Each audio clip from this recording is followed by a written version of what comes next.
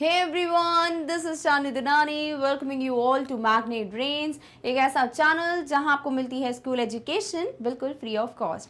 साथ ही साथ अगर आप और भी डिफरेंट कोर्सेज जो हैं जिन्हें पढ़ना चाहते हैं या अपने आप को प्रिपेयर करना चाहते हैं फॉर एनी रिस्पेक्टिव एग्जाम, तो आप बिल्कुल सही प्लेटफॉर्म पे हैं, बिकॉज आपको मैग्नेट ब्रेन्स पे किंडरगार्टन से लेके क्लास 12 तक की स्कूल एजुकेशन तो मिलती ही है, both in English and Hindi medium, but इसके साथ साथ आपके और भी जो डिफरेंट मटेरियल्स होते हैं। सपोज हम बात करें स्पोकन इंग्लिश कोर्स की, क्योंकि सबको चाहिए होता है कि वो इंग्लिश में एक अलग ही कॉन्फिडेंस डेवलप कर सके, साथ ही साथ उनको बहुत फ्लुएंट इंग्लिश बोलने का मन करता है। तो आप में से जो भी बच्चे इंटरेस्टेड हैं in kind of improving your English language, आप डेफिनेटली स्पोकन इंग्लिश कोर्स को देख सकते हैं। इन एडिशन टू दिस, अगर आप NTSC या ओलंपियाड जैसे एग्जाम्स की भी प्रेपरेशन करना चाहते हैं, देन डेफिनेटली वो भी एक चीज़ है जो आपको मैग्नेट ब्रेन्स पे फुल ऑन मिल जाती है। In addition to all this, you also get a lot of videos जो आप यूज कर सकते हैं to prepare for different competitive exams। जैसे अगर आपको IIT JEE, NEET, SSC, bank, JAB, CAPS, UET, then you have UPSC, etc. आप इन सब कोर्सेज में से कुछ भी पढ़ना चाहते हो, then that is also something जो आप मैग्नेट ब्रेन से पढ़ सकते हैं। नाउ इतनी सारी चीज़ें हैं तो माइट भी आप लोगों को ऐसा लग सकता है कि कुछ तो होगा जिसका हमें शायद कोई पेमेंट करना होगा या कोई सब्सक्रिप्शन परचेज करने की ज़रूरत पड़ेगी। ऐसा बिल्कुल नहीं है। Everything which is present on our channel is definitely going to be बिल्कुल मुफ्त, बिल्कुल free of cost, but yes, we never compromise with any quality या any content। अगर हम उस तरीके से देखें तो you get everything of top notch quality, so make sure आप इन सारे वीडियोस को देखें so that आप अपने घर पे बैठकर बहुत ही बढ़िया तरीके से प्रेपरेशन कर सको। Now all these things definitely जब मैं बोल के बताती हूँ you can kind of miss them, but don't worry, आपकी सुविधा के लिए सारे कोर्सेज, सारे वीडियोस एक ही जगह पे, दैट इज मैग्नेट ब्रेन्स की वेबसाइट पर अरेंज कर आपको प्रोवाइड कर दिए गए हैं। आप चाहें तो मैग्नेट ब्रेन्स की वेबसाइट डेफिनेटली एक्सप्लोर कर सकते हो। If you want to do that, you have to stay tune till the end of this video so that I will let you know the complete process in detail, how are you going to explore different courses and how would you watch the separate videos. Done? Okay, but आज के लिए हम बात करेंगे इस topic की जो होंगे question forms and question tags, जिस पे बेस्ड हम करेंगे आज एक इंट्रोडक्शन डिस्कस। अब देखिए, ये जो पर्टिकुलर टॉपिक है ये आपके सिलेबस का one of the easiest topic है।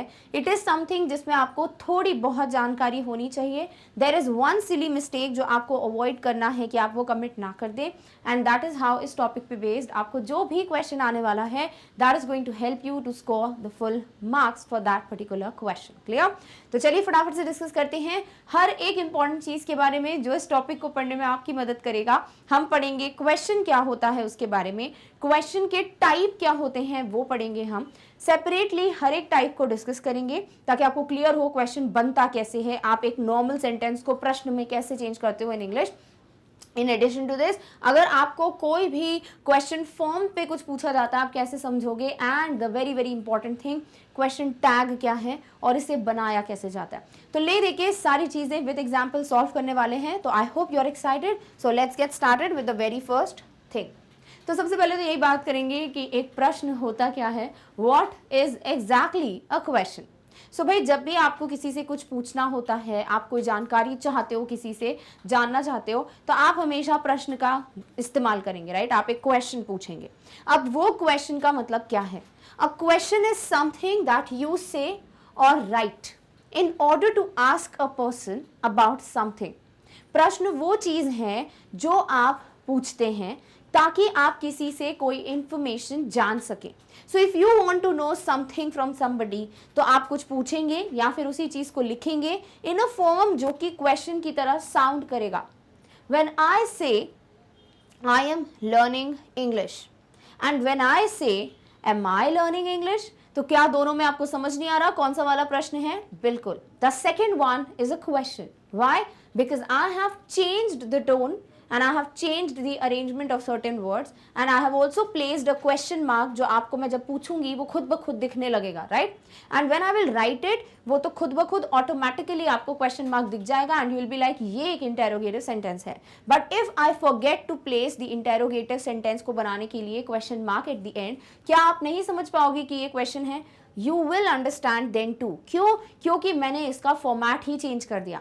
In the beginning I said subject, verb, like the helping verb and the main verb and then the object. So I said I am learning English. But when I am making a question, I am saying पहले helping verb, then आपके लिए मैंने use किया subject and then I will be using the main verb and the object. So I said am I learning English, right? So यही एक चीज़ है जिससे आपको पता चल जाता है कि ये एक question है. Such sentences are called interrogative sentences. When we were studying the topic tenses, I told you how to make different sentences, right? I was kind of making you to understand the format. आपको रटने के लिए मैंने कभी नहीं बोला in the tenses topic that you have to ratify this particular format. हमने समझा how would you change an imperative sentence into a negative one. How would you form an interrogative sentence from the imperative sentence? How would you form an intro negative sentence, right? तो तब हमने negative sentence बनाना सीखा था. That is something जिसको हम interrogative sentence कह रहे थे. चलिए कुछ examples देखते हैं question का. But I feel before we start making this question मैं आपको format, चलो कोई नहीं, हम वो yes no में समझेंगे. तो पहला example है, can you write this for me? So when you will say you will write this या you can write this for me, तो आप कहीं ना कहीं पे बोल रहे हो कि तुम ये लिख सकते हो मेरे लिए. But when you are asking, being very polite, you are like can you write this for me? क्या तुम मेरे लिए लिख दोगे? So you are asking something. तो आप can you लिख रहे हैं. Next with a question mark definitely. Where are you staying here? So when you are like hey you are staying here in this hostel, और तब आप normal sentence बता रहे हो. But when you are like oh when did you come here? तो आप बोल रहे हैं आप कब आए यहाँ पे, प्रश्न हुआ. The person is like I just came yesterday, मैं कल ही आया. This is a normal sentence. Then you are like where are you staying here, तुम कहाँ रुके हुए हो यहाँ पे. The person is like I am staying in some hostel which is named like Pahadi. Let's just keep a name, right. तो वहां पर आप पूछ रहे हो कि भाई तुम कहाँ रह रहे हो. So this question you just wanted an answer जहां सामने वाला बोलेगा कि हाँ भाई मैं लिख दूंगा तुम्हारे लिए ये, या the person will be like no I'm not gonna write because you did not write it for me the last time. ठीक है, तो इतना बोलने की जरूरत नहीं है. आप सिर्फ यहाँ पर हाँ या ना ही आंसर चाहते हो. तो ये yes और no वाली सिचुएशन है. बट यहाँ you want the specific place to be disclosed कि भैया मुझे बताओ तुम कितने रुके हुए हो, यानी कि कौन सी जगह है उसका नाम बताओ मुझे. The person said मैं इस particular hostel में रह रहा हूँ. Third one is your English getting better? Suppose some person is like वो बोल रहा है कि hey you know what I have joined a spoken English course on Magnet Brains. The other person is like that's great. So you will be like is your English getting better? क्या तुम्हारी English better होते हुए तुमको दिख रही है? The other person is like definitely. I just sit at home, watch videos, make notes, follow them and you just see my English has got better. तो इस तरीके से बाकी का तो मतलब मैंने बोल दिया है, बट अभी यहाँ पे बात करते हैं कि प्रश्न को कैसे यूज करना होता है, right. So when you are like is your English getting better, the person is going to say yes or the person is going to say no. तो ये भी हो गया आपका यस नो का expectation. Then the last one is are you travelling to London. The person is like अभी जैसे group पे बात चल रही है आप दोस्तों की, ठीक है, सम फ्रेंड इज देयर और लंदन की टिकट्स बुक हो गई and the other person is like are you travelling to London, तुम लंदन जा रहे हो क्या. The other person will be like yes या फिर no. So again you can see कि यहाँ पे भी येस या नो का एक्सपेक्टेशन है. So either there is a situation where you would be asking a question where you just want the other person to say yes or no, or you will be in a situation where you are going to ask a question to a person where you want the complete information. Either you want the time, तो आप when का कोई question पूछेंगे. Either you want the name of the place, you will say where. Either you want something जो कि एक reason है, you want to know why, how, what. तो दिस इज समथिंग जो कि आप एक रीजन चाह रहे हो. सो इस तरीके से आपके पास दो वैरायटी होती है, या तो हाँ या ना में जवाब दे दो या फिर पूरा एक्सप्लेन करो, ठीक है. सो इस तरीके के तरीके ही बोलते हैं. सो दिस इज समथिंग जो आपको टाइप्स ऑफ क्वेश्चंस की ओर लेके जाएगा.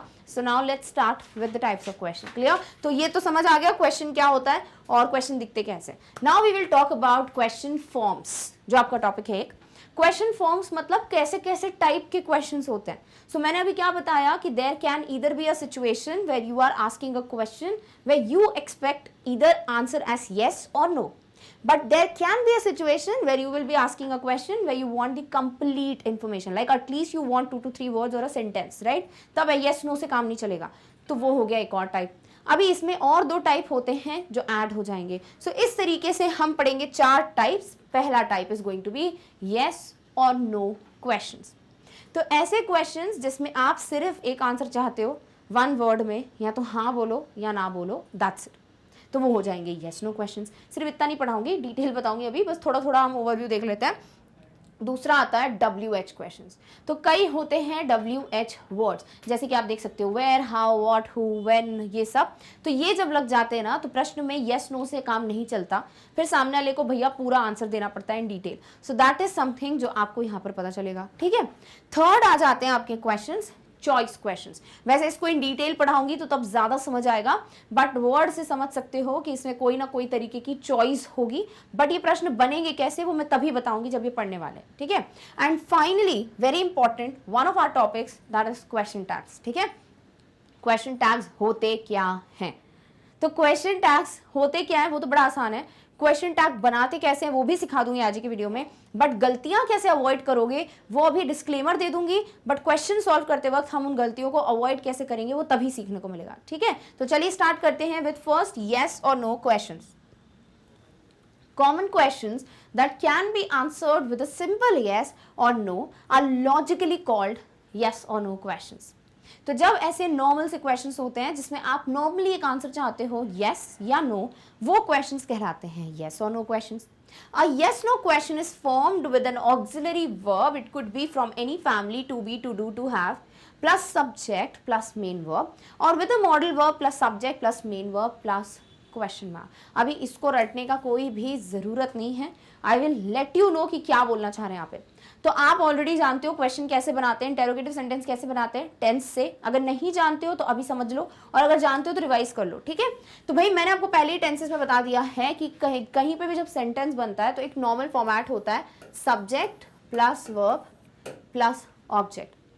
अब इस ही को आप क्या करेंगे, एक नॉर्मल सेंटेंस को बनाएंगे क्या, एक इंटेरोगेटिव सेंटेंस। उसके लिए आप जो भी वर्ब है उससे कुछ नहीं करोगे, अब आप इसको थोड़ा और ओपन करेंगे, और ओपन करने के बाद आपके पास subject helping verb plus verb आ जाएगा। अब ये हेल्पिंग वर्ब होगा या मॉडल वर्ब होगा, राइट। अब इस हेल्पिंग वर्ब को आपको कर देना है सामने की तरफ शिफ्ट, और एंड में ऐड कर देना है क्वेश्चन मार्क। ये बनता है आपका यस नो क्वेश्चन। और इस तरीके से आपका जो पर्टिकुलर फॉर्मेट आता है बाहर वो है helping verb plus subject plus verb plus object plus question mark. देखो क्या दिया है, ऑक्सिलरी वर्ब हेल्पिंग वर्ब है, सब्जेक्ट ये रहा, मेन वर्ब ये रहा, ऑब्जेक्ट नहीं दिया है, देते भी नहीं है, कोई दिक्कत नहीं, जो भी मतलब एक्स्ट्रा इन्फॉर्मेशन है, क्वेश्चन मार्क। अब यहाँ सपोज हेल्पिंग वर्ब है ही नहीं, यहाँ एक मेन वर्ब के साथ, ये मेन वर्ब है, इसके साथ एक मॉडल वर्ब है, ठीक है। ये मॉडल वर्ब है और ये मेन वर्ब है,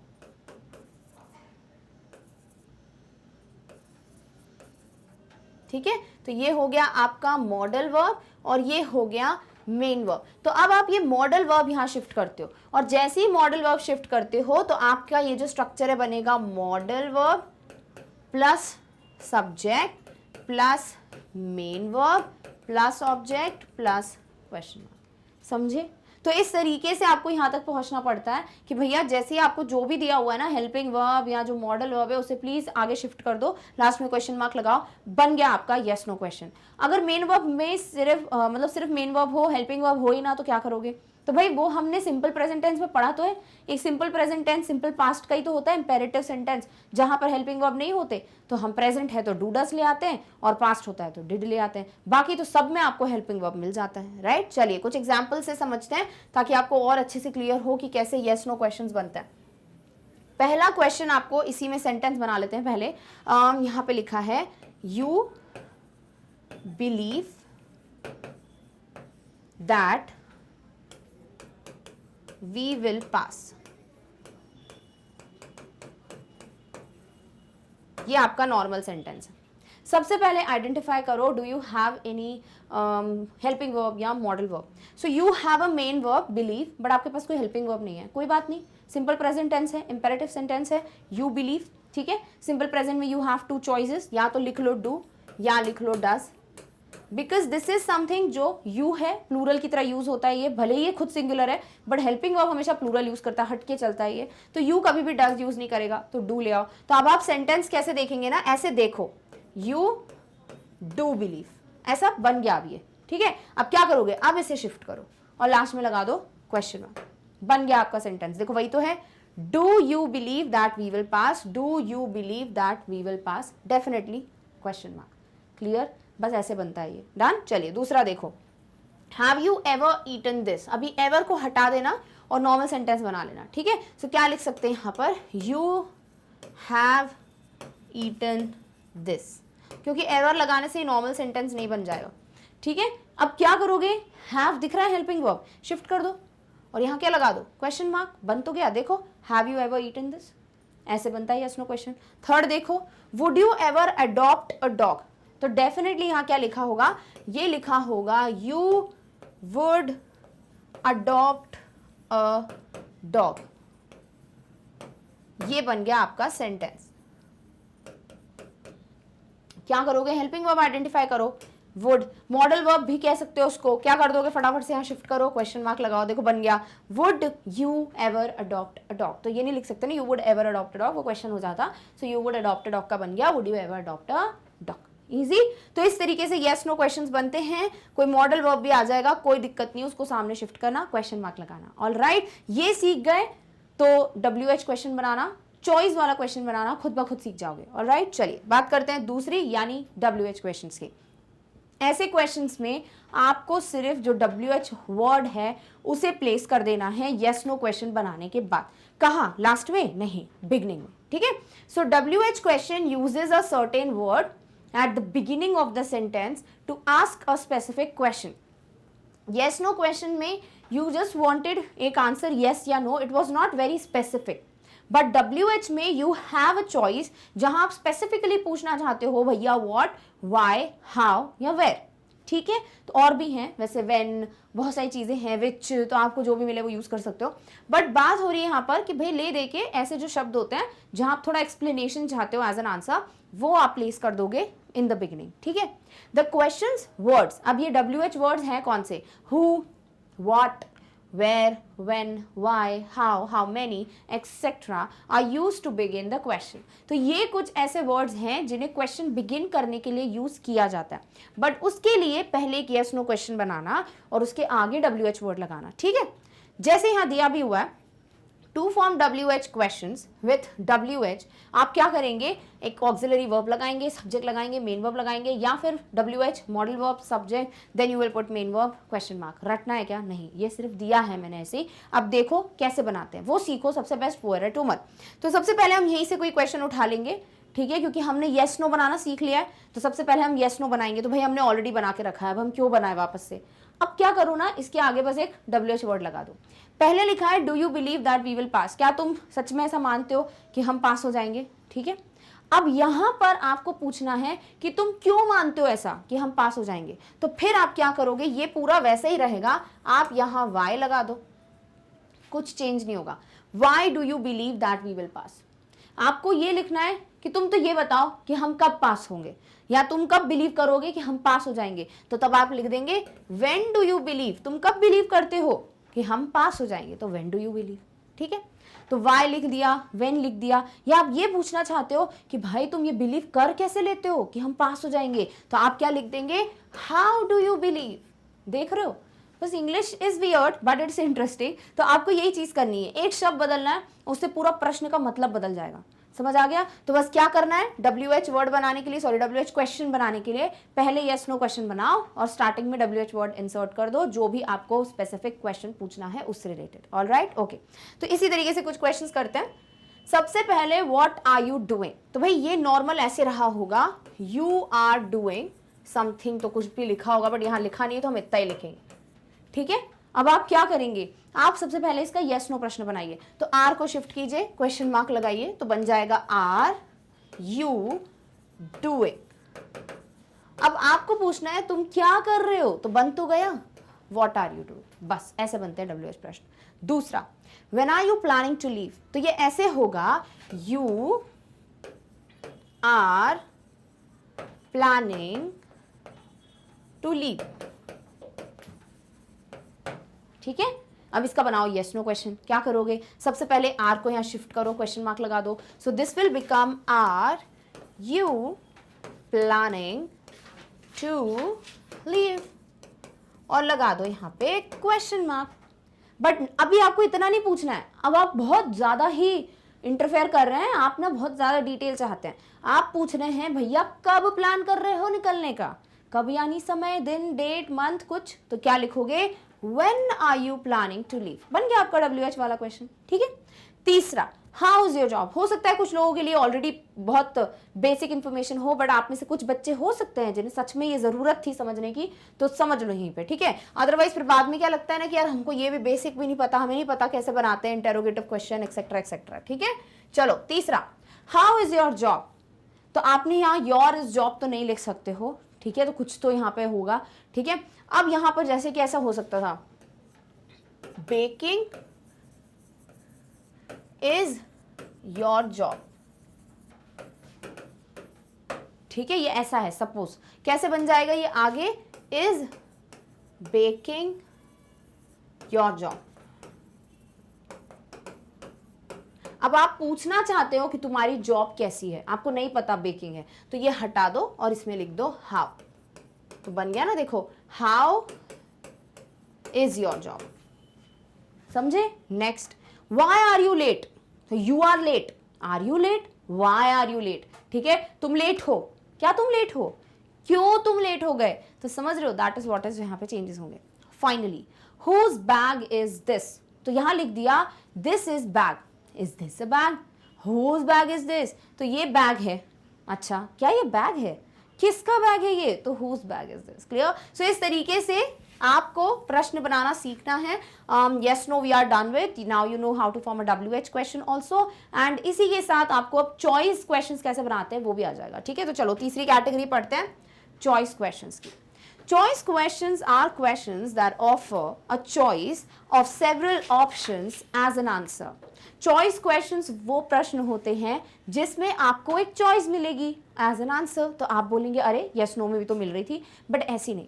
अब आप ना अपने आंसर बता दोगे कि मेरे को इन दोनों में से एक आंसर मांगता है। ठीक है, यस नो में तो you don't have a third choice, right, you can't say both, हाँ भी ना भी, यू कांट से दैट। तो इधर yes or no, that everybody know, that is the expected answer, universal expected answer.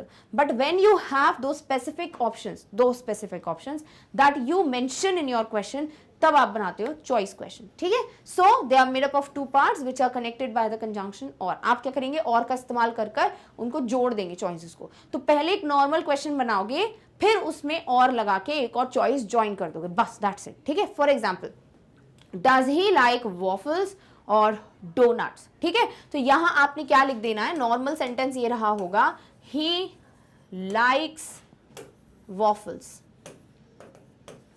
ठीक है, उसको वॉफल्स पसंद है। अब आपने क्या कर दिया, आपने इसने बनाना है यस नो वाला प्रश्न। तो क्या करेंगे आप, अब ये ही लाइक्स है, सिंपल प्रेजेंट टेंस है। सिंपल प्रेजेंट में प्रश्न बनाने के लिए आप क्या करते हो, आप डू या डस का इस्तेमाल करते हो। ही है तो डज यूज करेगा, तो ये बन जाता है डज ही लाइक हो जाता है, फिर एस नहीं रहता, does he like waffles question mark. But अब आपको बनाना है क्या, इसका एक ऐसा प्रश्न जहां चॉइस क्वेश्चन आए। तो अब आप यहां क्या करो ना, यहां और के साथ एक और अपनी चॉइस जोड़ दो।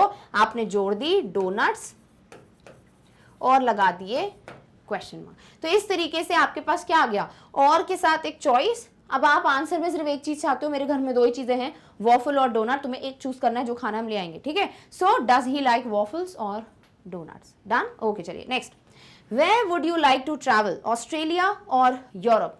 अब आपको यहां पर पूछना है WH प्रश्न। ठीक है, बट आप चॉइस वाला भी बनाना चाहते हो, तो सबसे पहले तो यस नो प्रश्न बनाओ। तो यहां लिख दिया you would like to travel, पहले बन गया would you like to travel, would के आगे लगाया where would you like to travel. अब आपको चाहिए choice, so where would you like to travel, Australia or Europe question mark. Easy. चलिए last, is she a dancer or a singer. तो किसी ने लिखा she is a dancer, is she a dancer.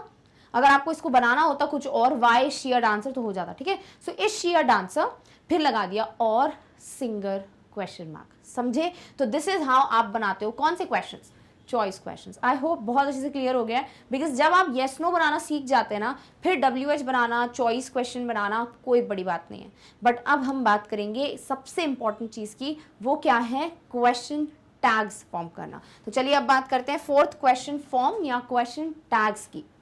This question is made up of 2 part. Question tags जो होते हैं ना, वो इस क्वेश्चन का पार्ट होते हैं, जो से एक्चुअली क्वेश्चन बना रहे होते हैं, ठीक है। तो ये जो क्वेश्चंस होते हैं ये 2 पार्ट्स के बने होते हैं।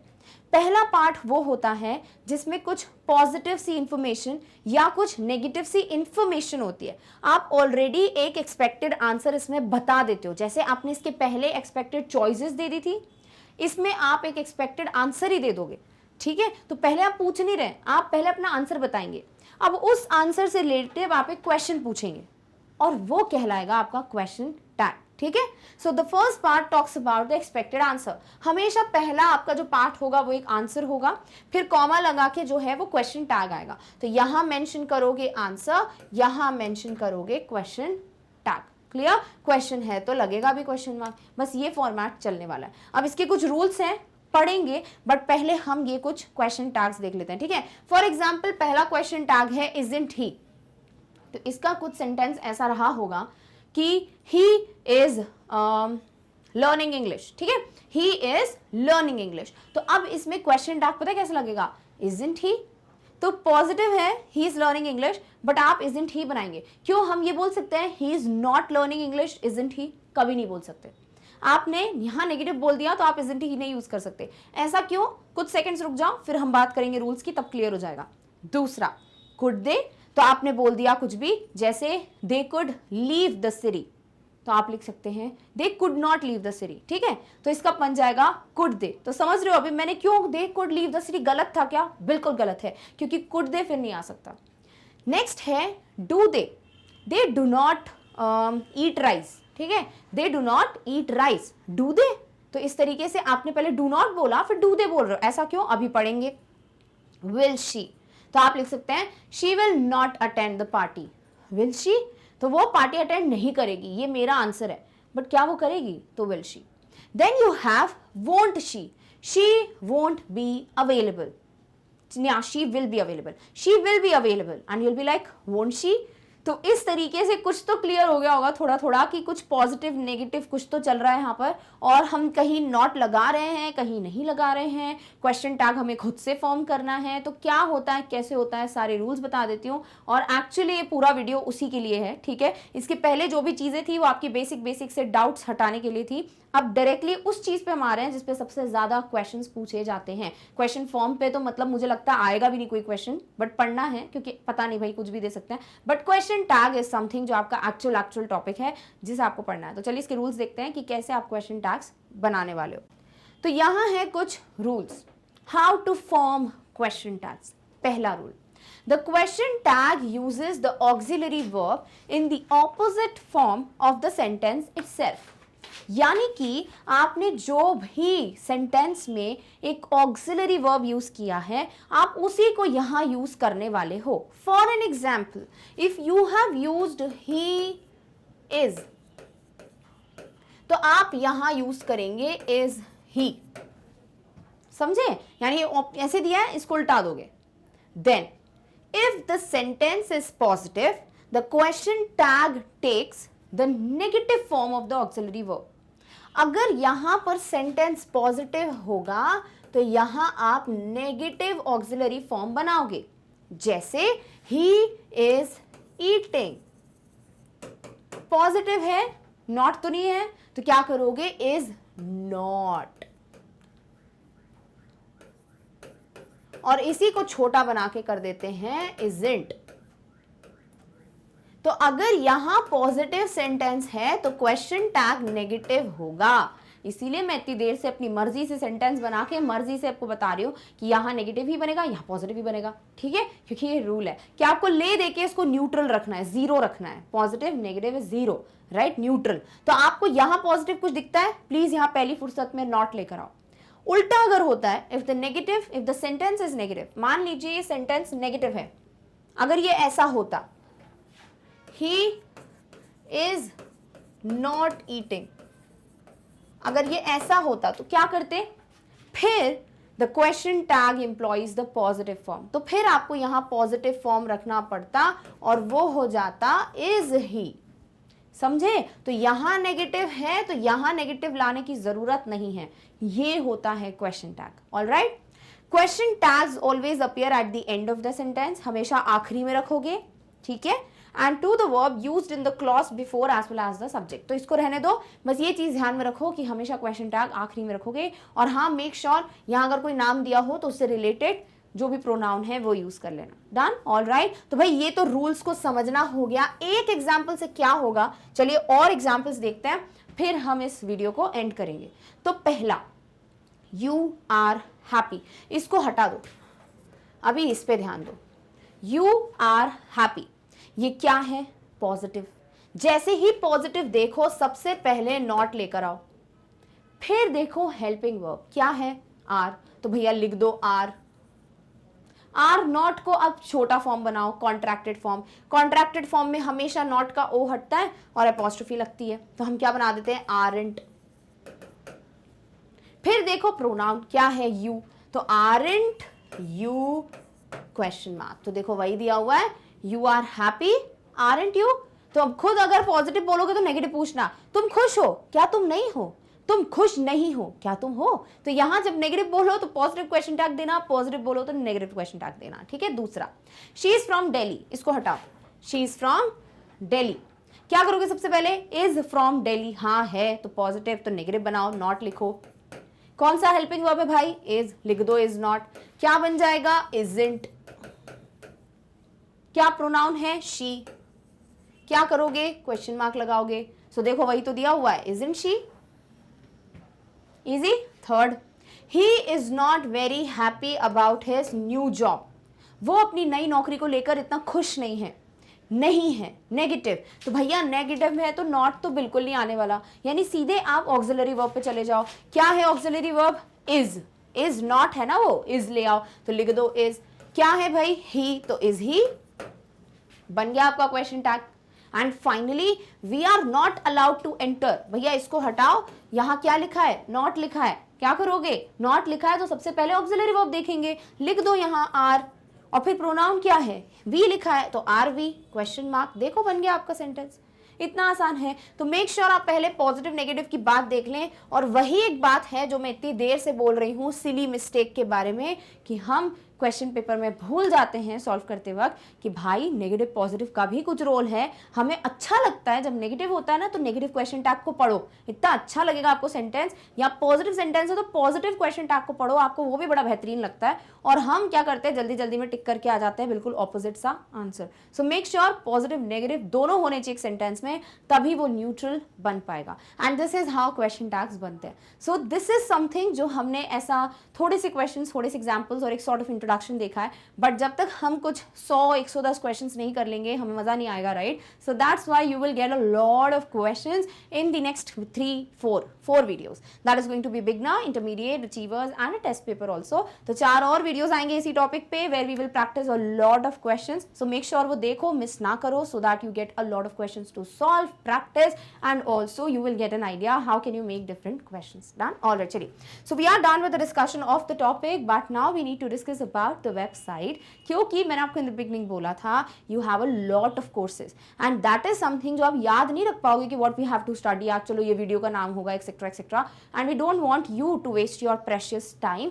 दैट्स व्हाई आपके लिए सारे कोर्सेज, सारे वीडियोस एक ही जगह पे अरेंज करके दे दिए गए हैं, and that is MagnetBrains website. कैसे विजिट करते हैं? You have to go to Google, type magnetbrains.com, and जैसे ही वेबसाइट खोलोगे आपके सामने आएगा ये पर्टिकुलर पेज, और इस पेज पे आएंगे बहुत सारे options. Now you will get a list of courses जो अभी आधी छुप चुकी है, जो मैं नेक्स्ट स्लाइड पे बताऊंगी, and you have to select any one of them to get the videos. Suppose आपको पढ़ना है कुछ भी ऐसा जो CBSE किंडरगार्टन से क्लास 12 तक के सिलेबस के बीच से है, तो आप क्लिक कीजिए, उस पर आएंगी बहुत सारी classes. Choose the class, suppose you selected class 12, और आपको आएंगे बहुत सारे सब्जेक्ट्स उसके सामने। सो क्लास 12 पे क्लिक करो, क्लास 12 के सब्जेक्ट्स मिलेंगे। अब जो सब्जेक्ट पढ़ना है बस उस पर क्लिक करना है। Suppose you want to watch physics part 1 NCERT, आप वॉच नाउ पे क्लिक करो। जैसे ही क्लिक करोगे क्या होगा, इससे रिलेटेड आएंगे आपके पास टॉपिक्स, सब्जेक्ट्स नहीं, चैप्टर्स, ठीक है। Click on the chapter, unit, topic जो भी है उससे रिलेटेड वो आ जाएगा एंड जैसे ही क्लिक करोगे आपको मिलेंगे वीडियोस और फिर आप अपनी पढ़ाई कर सकते हो। ऐसे समझ नहीं आया? चलो एक एग्जांपल देखो। जैसे सपोज आपको पढ़ना है ओलंपियाड, तो ये कुछ आपके सामने कोर्सेज की लिस्ट है, आप देख सकते हैं। आपको चूज कर लेना है जो आपको पढ़ना है। सपोज आपको पढ़ना है ओलंपियाड, क्लिक करो, आपके सामने आएंगी क्लासेस, वो क्लास चूज करो जिसका आपको टॉपिक देखना है। सपोज आपको क्लास 10th का कुछ पढ़ना है, क्लिक कर दो, आपके सामने आएंगे ओलंपियाड के सारे सब्जेक्ट्स, उस सब्जेक्ट पे क्लिक करो जिसका वीडियो आप देखना चाहते हैं। सपोज 10th IEO, जैसे ही क्लिक करोगे आपके सामने आएंगे बहुत सारे टॉपिक्स, उस टॉपिक पे क्लिक करो जिसका आपको वीडियो देखना है। सपोज आपको देखना है सिलेबस ओवरव्यू, क्लिक कर दो उस पे, as you will click on it, आपके सामने आएगा video and this is how बहुत आसानी से आप पढ़ सकते हो अपना 10th IEO का कोई भी topic. And the same thing you have to use, or the same steps you have to follow to get to the videos of other subjects of other classes. Clear? So इसी तरीके से आपके सामने बहुत सारे कोर्सेज हैं। Magnet Brains की website जरूर विजिट करो ताकि आप कुछ भी मिस ना करें। Done? All right. So with this, we are finally done with the discussion of the introduction of the topic, question forms and question tags. I hope you are ready to ask a lot of questions to so many people and now you know कि question tags exactly बनते कैसे हैं. But please be ready for the upcoming videos if you want to solve a lot of questions. And yeah, this is the end of the discussion in this video, but we will meet very soon with the next topic in the next one. Till then, take care of yourself. Thank you so much for watching. Bye.